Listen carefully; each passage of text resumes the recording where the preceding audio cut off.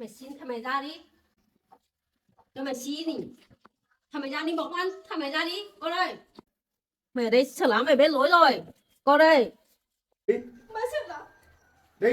Má cũng về đây. Bọc con thằng mày ra đi cô đây.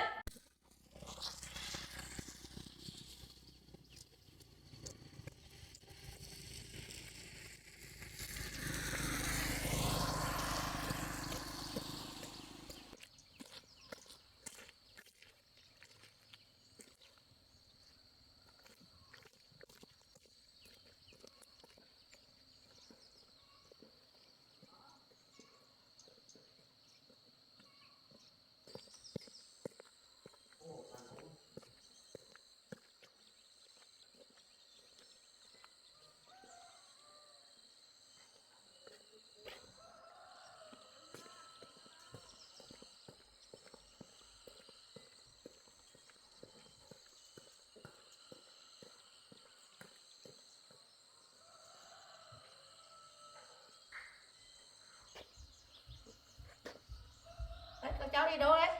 Đi tìm ai đấy? Lấy quả cà này á? Vâng. Lấy nhiều không? À, thế à? Thế các cháu cứ chọn lấy đi xem có cái nào ăn được thì lấy. Nào có to, quả bé rồi, chưa to hết. Em cắt đi nhá. Cắt khi nào tí nó cắt được thì cô cân cho.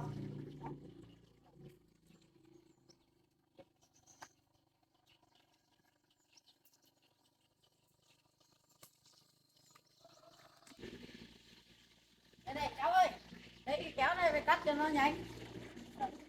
Cắt cho một cô cân nhá.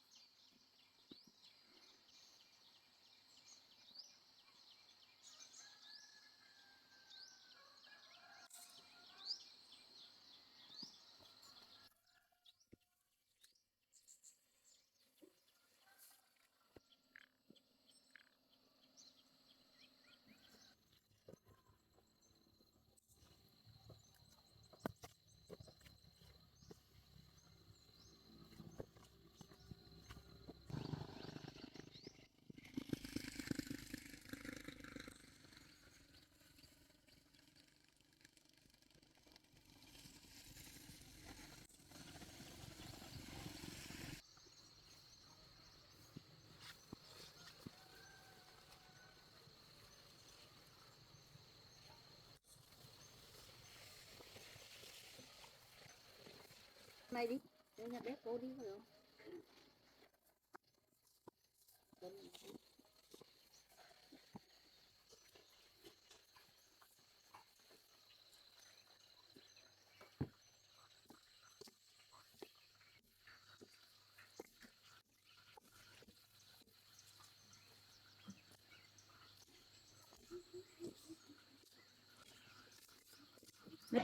Vào đây cấn đi.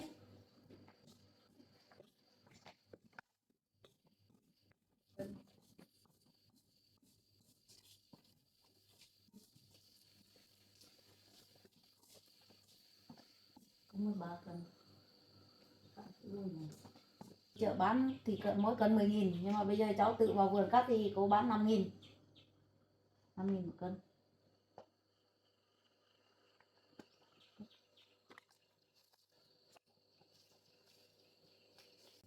Cô bán ở chợ thì mỗi cân 10.000. Bây giờ cháu vào tận vườn cắt thì cô tính 5.000. 5.000 tổng cái này là 13 cân trừ 1 cân còn 12 cân.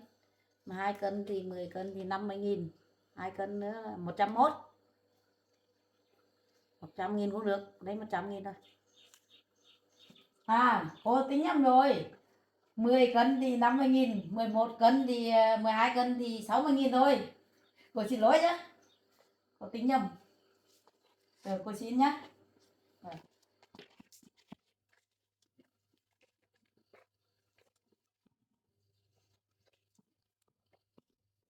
Cháu lấy đi bán đi nhá. Hôm nào cần lại về đây cắt, nhà cô có nhiều lắm. Vâng, cô đi nhá.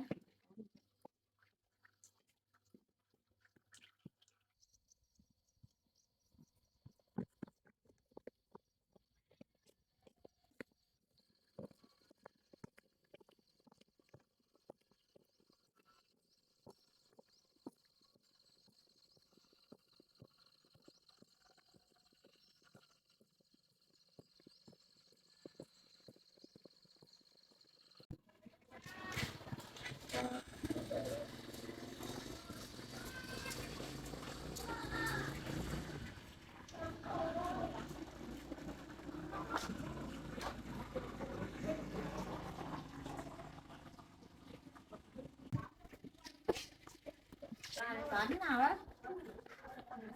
20 một cân hả? Thế có cái chín cái nó bán này.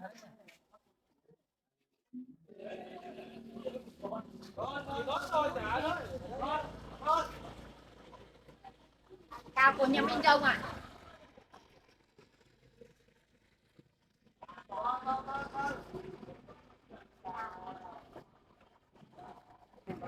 Ngon.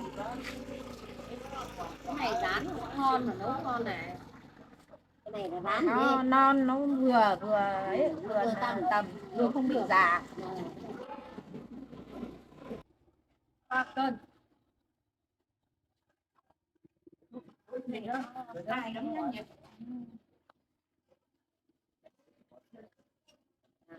Chăm sóc đặc biệt đấy, nó phải đẹp thế này đây. Nó mới nhắn nhụi thế này. Nó bắt khỏi trên hết luôn. Nó chết một phát là vào rừng muối nó không chạy mà. Cái tổ nó không bay ở đây này, nó đây nhiều. Hôm qua tổ nó ở trong nó có ra đây đâu. Đấy lắm còn ra luôn rồi, không về. Bây giờ nó được 200 cái tổ nó Nhiều. Ui, chưa được 2 cân nhỉ. hôm qua là nó đi là nó đi Sáng thì ăn đi luôn hết đâu, sáng em gặp mấy con nó đi xong nó còn về nhiều hơn.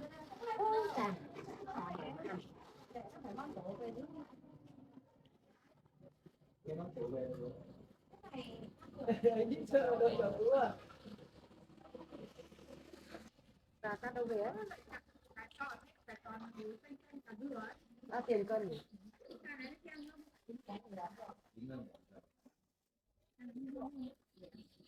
ở lúc dương mũi á que dương mũi là chạy hết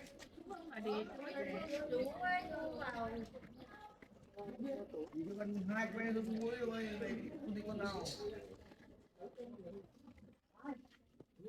con này giả tiền ca này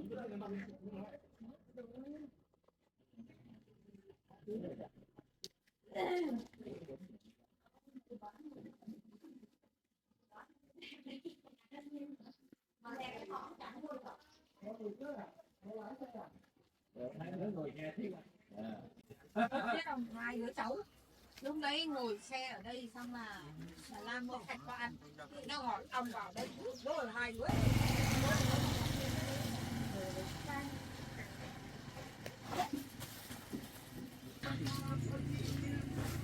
sắp hết rồi nhỉ con nhỉ cứ hồi ấy tí nữa là các con mua con đặc sản ngon hay là họ mua mà họ về họ mua hết cho mà xem ngon lắm cái đồng này về phẩm như xương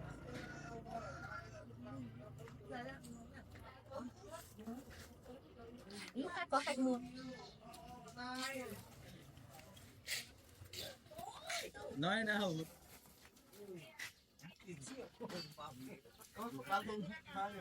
lấy 1 cân thôi, 1 cân à, để được cái này non nhỉ. ui nó ngon thế này lấy hết cho nó đi để làm cái gì á quả thôi vắt ra đổ hết đấy. đấy toàn trà ngon Cân lên nào, gần gần 2 cây bao nhiêu?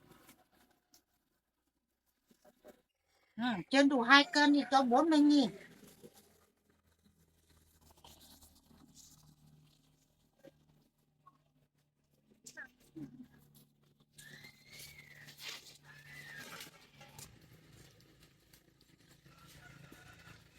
chưa ông ơi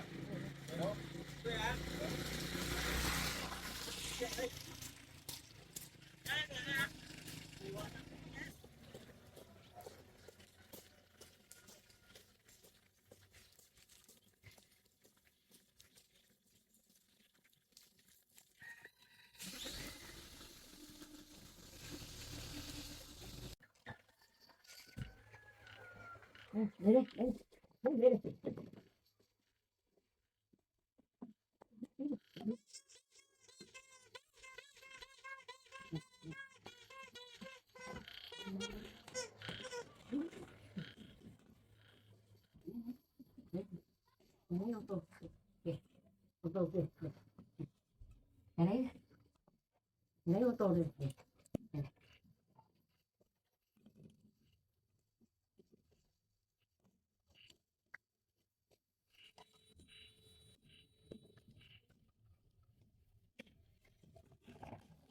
này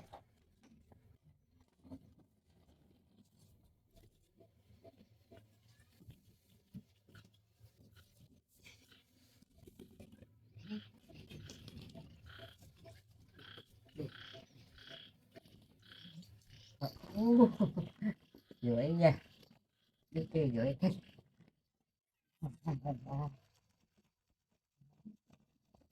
tô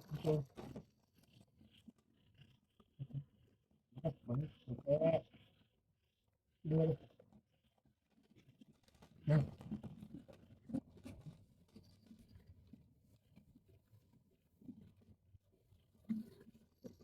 đây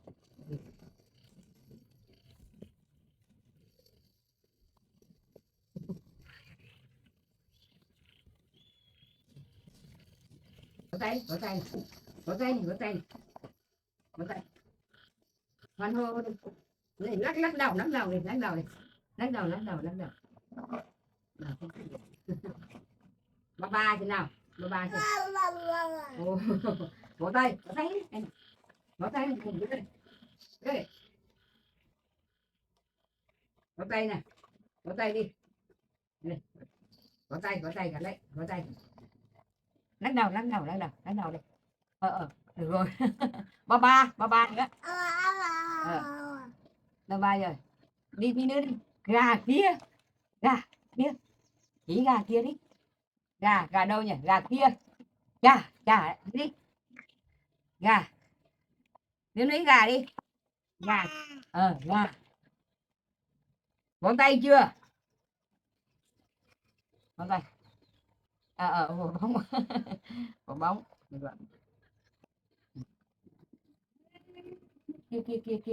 Kia. Ô tô chạy ra lấy đi. Lấy ô tô đi. Thế, được rồi. Lấy ô tô nha. Ô tô kia đấy. Không lấy bóng, lấy ô tô đây. Đây này. Bé ơi. Này. Bé ơi. Em bé ơi. Bút tí này. Ô tô đây.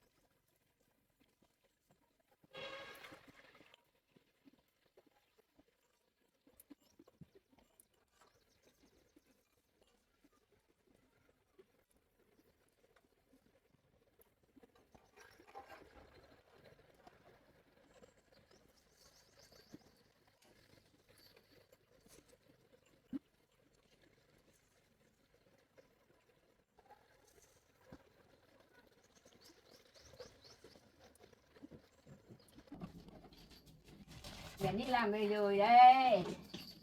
Mẹ đi làm mẹ đi về rồi.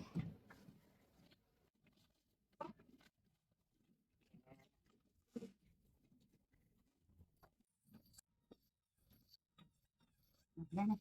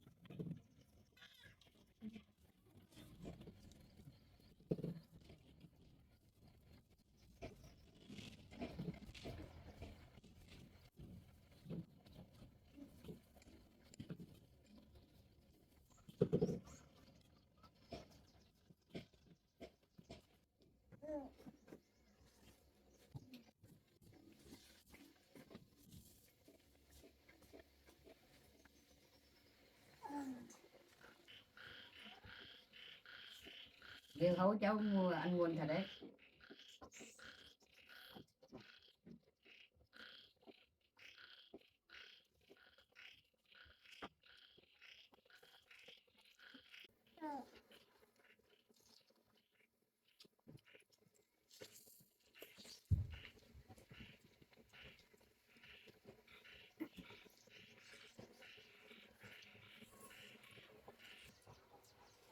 Cháu ơi, phải bà mẹ kế bên cháu đi tù là được thả ra chưa? Bà ở nhà bằng cứ lua lua đấy, sợ rồi thả ra thì vậy lại nhiễu nhà nữa đấy. Khi này cháu đi xem công an xem có bà con ở đấy không nhá. Sợ lắm nhưng bà mẹ kế được thả ra lúc nào không biết là bà lại về nữa. Cháu cứ lên đi xem cho chắc chắn.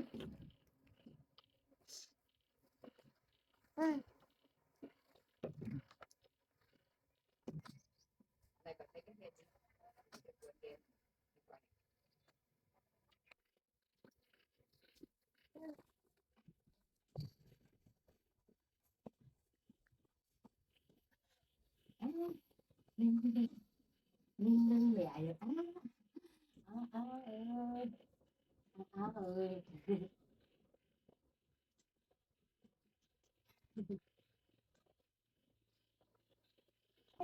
Cháu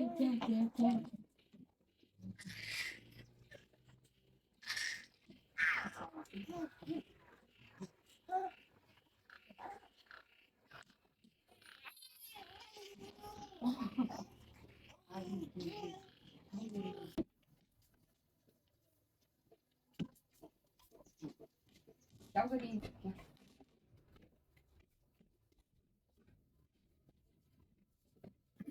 To nữa, ăn nhiều nữa, không sợ hốc của. Học cái gì? Tại bà nói thế thôi. Không phải tôi các ăn nhiều đấy nhá. Bà cũng ăn nhiều lắm. Con ăn nhanh hơn tôi. Bà sinh được to khỏe nữa, ăn nhiều nữa, sợ lắm. Mà người to bé nữa, ăn nhiều thế này cũng sợ hốc của. Hốc của không có ai cứ đâu bà.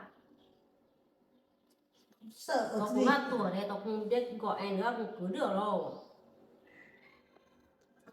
Không phải là sợ gọi kia, sợ cái gì tí còn có người công an nó đang nào hóng ở đây gần đây nữa mà. Nhưng mà không hót được đâu. Còn không đủ ăn. Ta đi làm. Bọn công an này ngày nào cũng bắt mà đi làm thế này, mệt thật đấy, mình sợ thật đấy. Hôm nay không biết đi làm cái gì được, lại bây giờ ngồi thế thôi, tí là bắt đi làm à. Về chết thôi. Đúng rồi, chết rồi. Suốt ngày cứ đi làm thế này thôi. Ở đây thì suốt ngày đi làm cũng khổ. Ngày xưa thì trước mình ở nhà chồng nó khắc nấu cơm nó giao về, chỉ biết là về cho mình ăn thôi, ăn xong nó ngủ. Bà sướng thế. Chẳng sướng à? Sướng mà. Tao không thế, tao ở nhà không thế. Khi mà dùng khăn được cơm, được lấy nước này, được cơm về, để ăn thôi. Thế thì chắc bà cũng lười như nhau thôi nhỉ. Việc ở nhà cũng chắc không thế rồi, ai cũng như nhau rồi. Ăn cho mình làm ăn sướng quá. Ta cũng lười như nhau thôi. Bây giờ về ở cái này khó lắm, chả Bây giờ ở về ở đây cũng ăn lại bắt đi làm chứ. mình bắt đi làm, toàn làm việc nặng thôi chứ. Thế. Biết lúc nào như già thì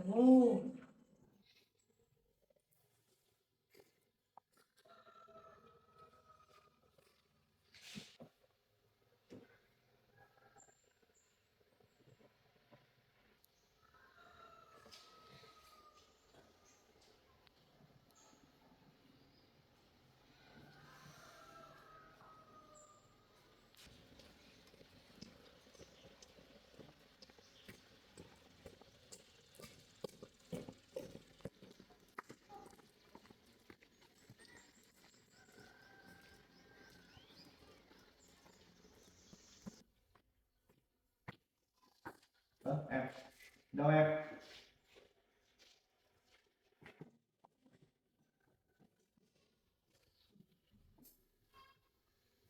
Em đây có việc gì à? Em biết gì?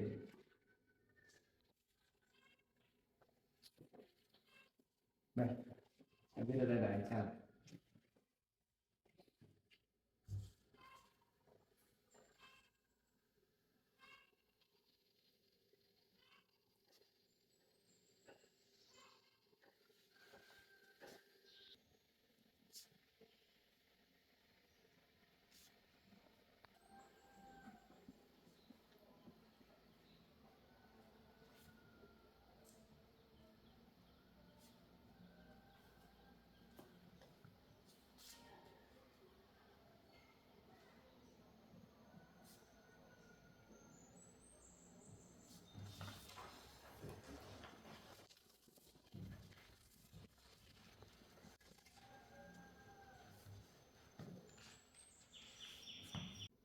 À, thế em về hỏi tình hình của mẹ em gì? Tình hình của mẹ em ấy thì có anh đang trong sự điều tra với xét xử rồi. Thì hiện tại thì mẹ của em ấy thì cũng phải chắc cũng phải ở trong tù khoảng một thời gian, khoảng 1-2 năm gì đấy. Em ạ, nếu mà mẹ của em ấy là cải tạo tốt ấy, thì có thể khoảng 1 năm hoặc là 5 rưỡi, cũng có thể tầm 8 tháng. Đấy là cải tạo tốt. Thế là em không phải là đến để xin cho mẹ em ra đâu phải không?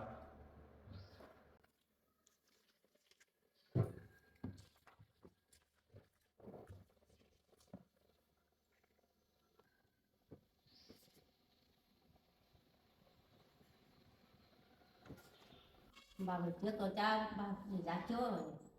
Ồ, chắc chưa được ra đâu. Việc tôi bị nặng lắm. Để ăn trộm ấy, nó bị nặng hơn bà đấy, chắc còn mấy năm mà. Chắc biết rồi. Cảm ơn Ồ, đấy. anh Việt nói à, liệu lúc nào cũng được già được. Như trước ở nhà, có lúc thì mình đi ăn trộm lấy trứng, lấy cắt lại mình ăn. Sướng mà, ăn no nê xong là ngủ thôi ấy. Thì bà mới to béo thế này của mình này. Chứ phải đi ăn trộm một phần chứ. Cái nhà một mình đầu tư có đủ đâu. Đi lấy trứng này, lấy quả, lấy các loại này về ăn xong ngon là ngủ sướng lắm.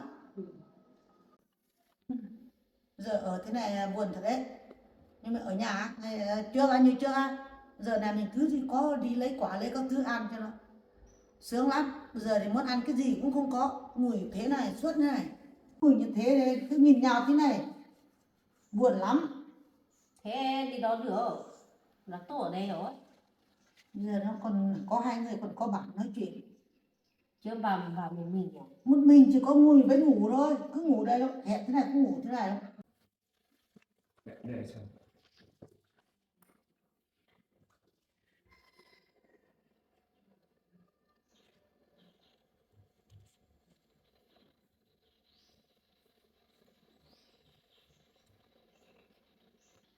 À, thế là ý của em nên hỏi thăm tình hình của mẹ thế nào cái gì?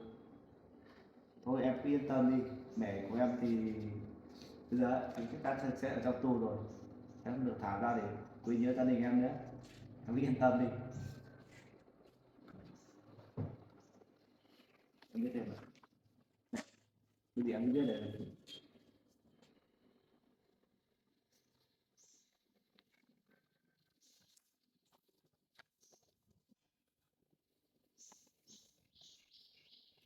À, em muốn đi thăm mẹ cái gì? Được rồi, thế để anh dẫn em. Đi em đây. Mà về đây chưa có thế này không thấy cái thằng ác kìa. Không, cái lúc về là thấy nghe ngó bảo có một người thanh niên mà nát nhưng mà đi chuyển chắc bị nặng quá, nó chuyển chỗ khác rồi. Thế à? Không gặp đâu. Cái thằng ác còn chưa bảo ấy. Thế à? Ừ. Thế thì thằng nát chắc là họ chuyển chỗ khác rồi. Cháu hồi chuyển đi chỗ khác mà bà. Về cũng thấy nghe ngóng nó nói đến mà, nhưng mà chắc chuyển đi rồi. Mà tội nặng quá. Chắc thế rồi. Đấy, cho này em ạ. Thế đó là bà đó. Nói mà. Ơi, con gái thì tham à? Con gái gì này? Con ơi, con mở cửa đấy. Từ cho con ra một đi. Đó mở cửa đi, mở cửa cho em bà này ra đi. Ui, con rất này, buồn quá.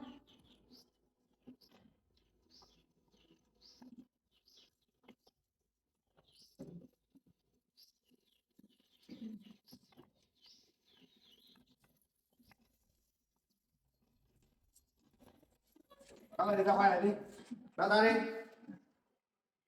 Con gái bây giờ tham này. Con gái biết hả mẹ? Ô, mà cái gì cho mẹ ăn hả? Mình có lắm đâu. Mà có con gái để thăm này rồi. Bà sướng nhỉ? Con gái để thăm. Con gái không mang cái gì cho mẹ ăn à? Không mang cái gì cho mẹ ăn luôn. Ủa? Sao? Con gái bà cũng không biết nói chuyện à? Biết ở trước đó bà. Sao? Nó cơm rồi. Đây con dâu của tôi cũng thế. Nó cũng cơm thôi, không biết nói chuyện đâu. Thế giống nhau thôi nhỉ? Nhỉ. Biết ở trước đó. Đây con đẻ của bà à? Không phải đâu. Con này không phải con đẻ của bà đâu. Thế à? Sao? Thế thì không phải tưởng là con gái của bà à? Không phải đâu, không phải con gái đẻ đâu nó. Con gái chung của tôi hay bà. Thế à? Tưởng là con gái đẻ. Con gái của tôi đi làm bác sĩ rồi, đi làm rồi. Thì chưa thấy về đâu. Thế sướng thế nhỉ? Chưa chứ. Cháu khó rồi.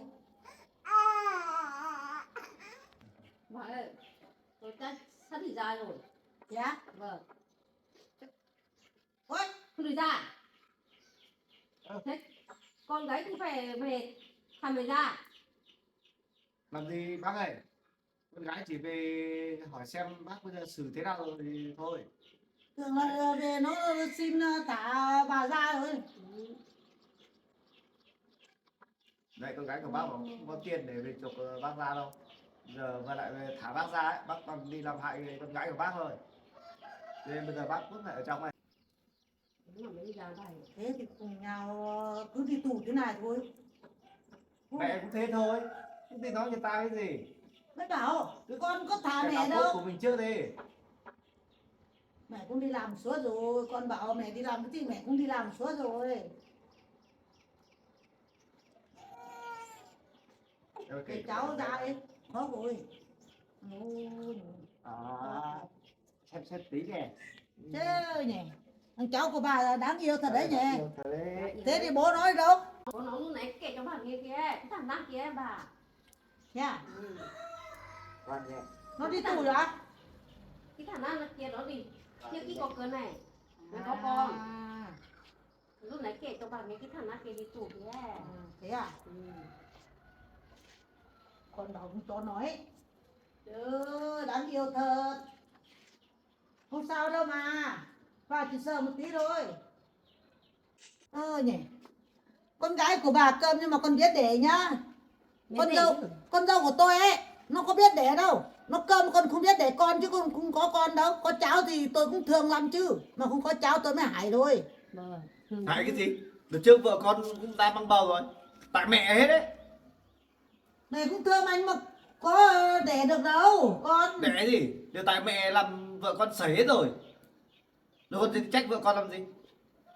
thế cả như có em bé đáng yêu thế này xem. Em cũng thương lắm mà. Điều tại mẹ hết đấy. Cô ơi, bỏ cô ăn. Thả mày ra đi. Mày cái chó này mày sợ lắm. Mày không chừa được đâu. Mày chó này mày sợ lắm. Thả mày ra đi. Bỏ cô ăn, thả mày ra đi. Cô ơi. Mày xin thả mày ra đi. Bỏ cô ăn, thả mày ra đi con ơi. Bây giờ mày ra mày không hề con nữa. Bây giờ mày ra mày không hề con nữa. Mày hứa rồi. Bây giờ thả mày ra đi. Mày hứa với cô rồi. Đấy, bây giờ bác cứ ở trong tù rồi bây giờ mới biết khổ. Thì bây giờ bác mới biết là xin ra. Ra gì? Thì cái lúc bác ở với con gái của bác ấy, thế tại sao lại đi làm hại con gái của bác làm gì? Trước chưa vào tù ấy, thế sao không đối xử tốt với con gái của bác đi? Giờ vào tù rồi thì mới xin xỏ xó gì? Bác ấy chắc giống y hệt của mẹ cháu rồi. Mẹ cháu cũng thế. Nó thả bác ra đi. Bà cháu này bà sợ lắm. Cháu bây giờ cháu không được phép thả bác ra đâu. Cháu này khổ lắm bà. Rồi ít nhất Bác ở đây rồi. em bận thì cũng phải làm một tờ đơn để xin. Thả mày ra đi. Cho mày xin thả mày ra đi. Cho mày xin đi. Thả mày ra đi bỏ quan. Thả mày ra đi. Con ơi. Mày đây mày sợ lắm. Ở đây khổ lắm ạ. Mày không thiết ở đâu. Mày hứa với con rồi. Mày đây mày sợ lắm. Em ơi, được con anh bé em nói chuyện với mẹ của em. Con ơi. Thả mày ra đi. Mày hứa với cô là bây giờ mày không làm thế này nữa. Thả mày ra đi. Bỏ quan thả mày ra đi con ơi. Thả mày ra đi. Nhưng bỏ quan thả mày ra đi. Mày hứa với cô rồi. Mày ở đây sợ lắm. Mày biết lỗi rồi. Con ơi. Bây giờ mày hứa với con mày không làm thế này nữa. Con ơi. Con không thì cắm vừa ra. Mày không dậy đâu. Mày cứ ngồi ở đây thôi. Con ơi. Mày không dậy đâu. Thôi bác ơi, bác đứng dậy đi. Bác làm thế đâu. Thì cả bác có quy xin cũng em cũng thả bác ra được đâu. Hóa ra con gái của bà cũng như tôi rồi, cũng không thương như con tôi cũng không thương thế này đâu. Thế á? Chắc là cháu này cũng không thương mẹ đâu. Đâu, em nó chỉ bảo là em nó rất thương mẹ. Tại mẹ cũng thương thôi. Cho mẹ nó bảo nó cứ làm thế này thì muốn đánh thôi, tưởng là không thương. Thương cái gì thương à? Con sắp đánh cả bà đây rồi. Ồ, thế này không được. Cái gì? Mày cứ làm thế mày định đánh cả tao à? Nhỉ. Người cầm thật đấy, nhưng cái đứa cầm nhảm thế cũng là cũng chỉ cho sắp đánh người thế này. Sợ thật đấy. Là con gái của bà cũng ăn như thế xong mới bà mới ăn trúng thôi nè. Thế đúng đấy. Tôi thấy như sắp đánh sợ thật đấy. Con gái của bà toàn sắp đánh thế này. Nó ăn thế này đó bà. Thế à? Chúng tao vào nhà trùng một tí cả ăn nó mà thế này nó săn đánh bà đó. Nó ăn thế này đó. Đúng là cầm nhìn cũng ghê thật. Ôi sợ thật đấy. Nó ăn thế này đó bà. Ôi sợ thế ghê đấy. Đứa đánh cờ đi. Đừng có đánh các bà đấy. Đây chưa thấy lần nào sợ lắm. Mẹ nói linh tinh gì ấy? Em nó là người hiền lắm. Em nó chỉ cái hiệu thôi, không phải là đánh mẹ đâu. Mà mẹ bảo là em nó định đánh mẹ rồi. Thế thì con quen người cũng nói chuyện nó, con nó quen nó biết thôi, mẹ sợ lắm. Đấy chỉ là cái ký hiệu của người nói như kiểu mình nói chuyện đấy mẹ. Như thế mẹ không biết, cứ tưởng như con cơm nhà không thế. Con làm thế mày sợ ấy. Thì con chẳng bảo mẹ mấy lần rồi đấy. Nó không biết nó chưa xong hả thế này. Con em biết đâu. Thế à? Còn bác nữa, bác nói rằng cháu vừa thấy bác quỳ xuống để xin em nó thả ra cơ mà. Giờ lại quay lại ngược lại để chửi em nó, bảo là em nó ác rồi. Còn chứ đâu. Thế này, còn lâu bác mới được ra bác ạ. Không phải đây cháu ơi. Cháu hình bắt rồi. Cho mày xin con ơi. Thôi, Mày hứa với con rồi. con sắp đánh bà rồi, con xin làm gì nữa? Thôi mẹ đứa này nói nhiều quá. Cho mày xin con đi. Đấy, Bây giờ mày hứa con không làm thế này nữa. Để cho Mày không làm thế này nữa con ơi. Bây giờ mày không phạt đây nữa, mày phải đi tù như mà sợ lắm. Cho mày xin đi. Xin bỏ qua thằng mày ra đi. Bây giờ mày hứa với con không làm thế này nữa. Thả mày ra đi, bỏ qua thả mày ra đi. Mày đây mày sợ lắm. Thả mày ra đi. Bố đã ở nhà có bình nữa. Thả mày ra cho số bố đi. Đấy không bố lại bình nào á. Bình nào cái này không cứ được à. Thả mày ra đi. Cho mày xin thả mày ra đi con ơi. Mày đây sợ lắm, bỏ qua thả mày ra đi. Bây giờ mày hứa với con không làm thế này nữa. Bố con đã ở nhà có anh ta sống bố đâu. Thả mày ra mày xem bố đi. Bây giờ về đấy nhá, mày thương bố lắm, mày không thương bố thương con nữa, mày không làm thế này nữa. Con ơi, thả mày ra đi. Cho mày xin thả mày ra đi. Bỏ qua thả mày ra đi. Mày sợ lắm mày ở đây. Mày không thích ở đây đâu. Thả mày ra mày cho số bố đi. đấy, bây giờ mới biết cầu xin. Lúc trước thì ở với em nói thì không chịu thương, cứ thi quẩy phá vào. Bác có phá Giờ cái còn gì xin đâu. xỏ cái gì? Có phá cái gì đâu. Không phá thì bác cứ tự vào trong này à? Cho mày xin đi, thả mày ra đi con ơi. Bây giờ mày hứa con không làm thế này nữa. Rồi bác ơi, em nó bảo là Bác không phá bác đâu. vào trong này đi. Đi bác ơi, Bác không phá đâu. đi, Bác sợ lắm. đi. Bác không phá đâu. Thôi, bác vào trong này đi. Không phá đâu. Đi. Con ơi mày không phá đâu. Con ơi cho mày xin đi. Mày không phá đâu, cho mày xin nè. Thôi, bác vào đi. Không phá đâu, mày cho nó sợ lắm. Bác không phá đâu. Bác không vào. Mày xin đi. Đi, Bác không phá đâu. đi vào trong Mày này. đánh nhiều lần sợ lắm. Ở trong này có cái gì mà sợ? Bác không quen cái chỗ này là bác sợ lắm. Thôi, này đi. Con ơi cho mày xin, mày không vào đây đâu. Mày sợ lắm mày không vào đâu. Không khóc nữa, chứ tôi Mày trước sợ tôi lắm, là xin không phải nó đâu, khóc con ơi. xin nó khóc chán rồi. Con đấy, Không được đâu. thả mày ra đi con ơi. Thôi bác ơi, Không đi vào vào trong đâu. này đi. Ở đây Mày sợ đâu. lắm. Đi. Khóc xin hỏi không trả đâu. Mày sợ lắm mày không vào đâu. Thôi, bác vào trong này đi. Con ơi bỏ con thả mày ra đi con ơi. Đi bác ơi. Không vào đâu. Mày sợ lắm. Rồi Mày bác không ơi. vào đây nữa. Thế giờ thả bác đi vào trong đi. Đi. Con ơi bỏ con thả mày ra đi. Đi. Mày không vào đây đâu. Đi vào trong. Không vào đâu. Đi. Cho bác ở trong đây đi. Con ơi. Bỏ con thả mày ra đi con ơi. Thôi. Mày đây cũng mày sợ lắm. Chỗ Không ông xin nè. nữa. Xin hỏi Mày không sợ trả lắm. đâu, ngồi đây đi. Con ơi Kêu cái gì ôm sòm hết ngồi đây. bỏ con thả mày ra đi. Bà ơi, cô im đi, mày kêu Tôi gào ăn có cả con ở đây con xin Mẹ không đây, được. ông bà sợ lắm. Thả mày ra đi. em ạ. Mẹ đây, tôi thấy mẹ sợ lắm. Con ơi. Bốc hoa thả mày ra đi. Con ơi. Em cứ về. Con ơi, đi về ăn tầm mày đã. Bốc hoa thả mày ra đi. Con ơi. Bốc hoa thả mày ra đã. Đợi mày đã.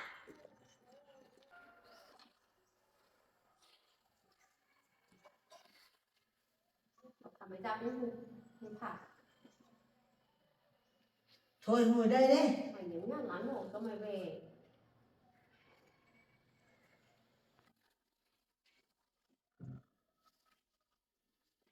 Thôi không khóc nữa, không buồn nữa, cùng nhau ở đây thôi. Lắm là cũng không được về đâu mà, như tôi bây giờ cũng ở quen cũng thấy bình thường thôi. Trời ơi, nhớ nhá lắm. Biết rồi, ai mà chẳng nhớ nhà ấy, nhưng mà bây giờ cứ ngồi đây.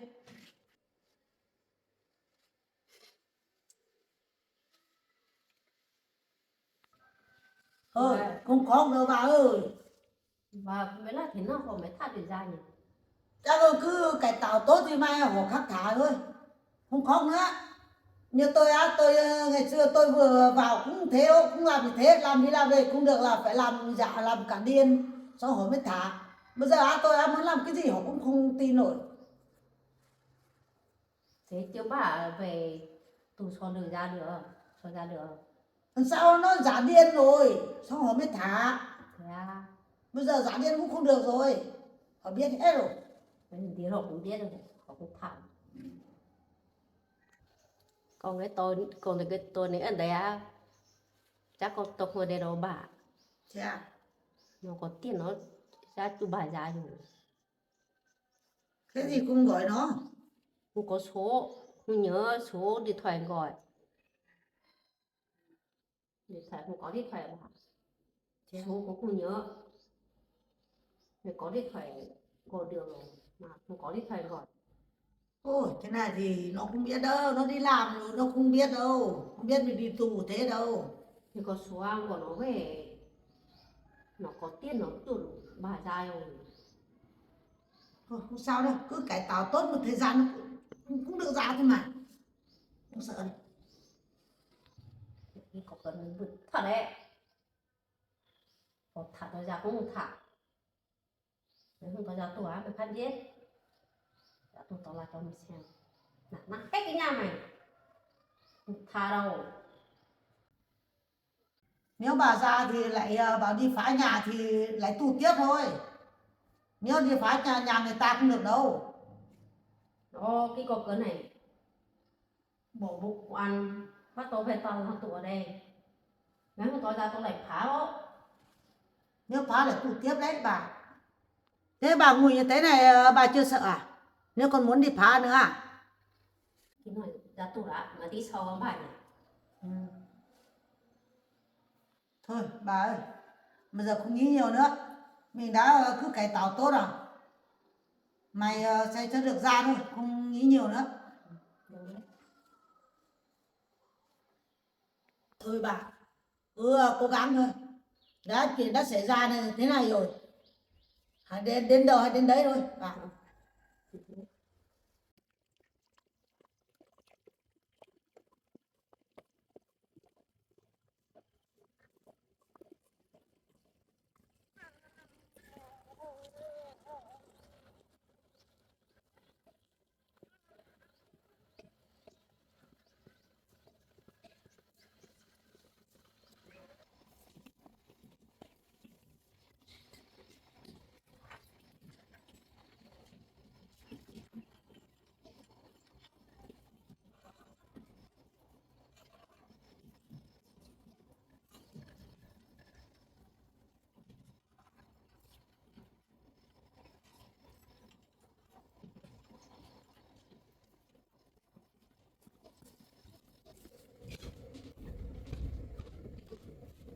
Cháu về rồi, thế nào rồi cháu? Thế mẹ cháu có việc gì không? Cháu về rồi, mẹ cháu vẫn còn ở trong tù chùa. Thế còn ở 1-2 năm nữa mới già. Không thấy vui cho cháu, không ai về nhớ gia đình mình nữa rồi.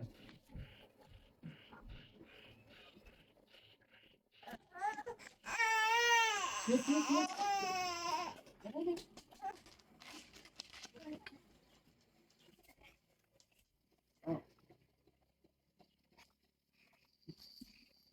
khóc hay cháu khóc? Mẹ khóc à? Thế không ai xin cho mẹ ra à? Mẹ vẫn đang ở trong tù nữa.